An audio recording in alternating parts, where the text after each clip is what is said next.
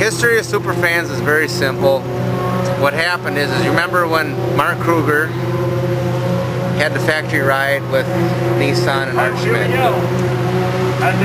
Interesting thing is where I work, I was at the Ag Show in Oshkosh, Wisconsin, and there was a representative there from Prime America. It so happened to be Mark Kruger's dad, father, Glenn Kruger. Not the Glenn Kruger that used to be the track announcer, but he says, well, my son's doing this racing or whatever, and it's kind of been, we followed motorsports, my brother and I, we used to race circle track actually. We raced the bomber class at Marshfield. Anyways, so bottom line is, went ahead and Mark Kruger's dad says, you got to come see my son or whatever. He gave me one of them driver's cards, and I was kind of bored one weekend, and at work my boss was from Puerto Rico, and he was kind of into racing, so we ran up to Antigo. It was the weekend in Antigo that Rana Conancer won her first race in stock truck. That was the day we were there. I don't know if you remember that or not. Yep.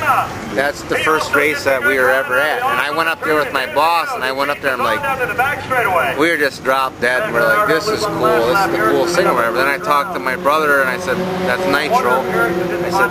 I said, Nate, we got to get up to Crandon and check this out. So we got my brother to come up, and one of our other mutual friends that we met from long ago, Mike. So we went up to Crandon and had a ball of time. And it was pretty much us three guys started going and getting friends of friends, and over a couple of years. Well, then when the series went from core to soar, we made a pilgrimage over, as four of us, I made a pilgrimage to the opener in Owatonna because we wanted to go there. We knew that one girl that lived there. Well, we were at the series, and there was this guy I was staring down like for the whole day there. And he just ran these huge sideburns, and I'm like, God, it looks a lot like the guy I used to go to college with. You know, people that run huge sideburns, they very stick out distinctively. Well, here it was Nate Dog. Finally, we met face to face in the pits in the back of Owatonna, and he looks at me and he says, do I know you? And I'm like, I kind of looked at him because I was staring at him, and I'm like, did you go to college somewhere? Yeah, where'd you go? Stevens Point. Stevens Point. Well, here it turns out we were kind of acquaintances at Stevens Point. We didn't party together, but we had a couple classes together. And that was the first time we had seen each other in about 6 or 7 years. That's your guy right there. So we met up with him.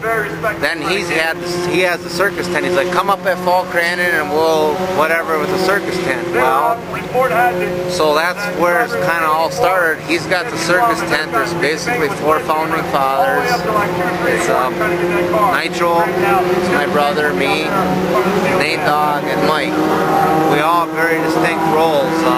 I'm the PR guy, public relations. As you can tell, I'm sitting here yabbering right now. Doing a good job. I'm the public relations guy. Nitro, he's our ATF specialist. Alcohol, tobacco, and firewood. So he does a very good job in all 3. We have Nate Dog, he's housing, and we have Mike Kleiss, he's our audio-visual specialist. 4 very distinct personalities, 4 very different talented people in different ways. So from then on, Mike actually, he's an engineer by trade. He went to school for a couple of years for electronics, computers in Eau Claire, and we used to party with him. That's how we met Mike, was actually through friends of friends. And he went to computer programming for a couple of years till he became an engineer. So Mike just says, I want a website, I want a website. So he went ahead and he registered a website, and it kind of started out, we met Jeremy from AMSOIL. You guys know Jeremy. We were introduced to Jeremy about 4 or 5 years ago. And AMSOIL with Mike Oberg. The interesting part about Oberg is how we kind of got into with this whole super team thing. Is the first time we met Oberg's guy was Todd Lambert. Was one of the first Crandons, because when my brother came up here, he wanted tires.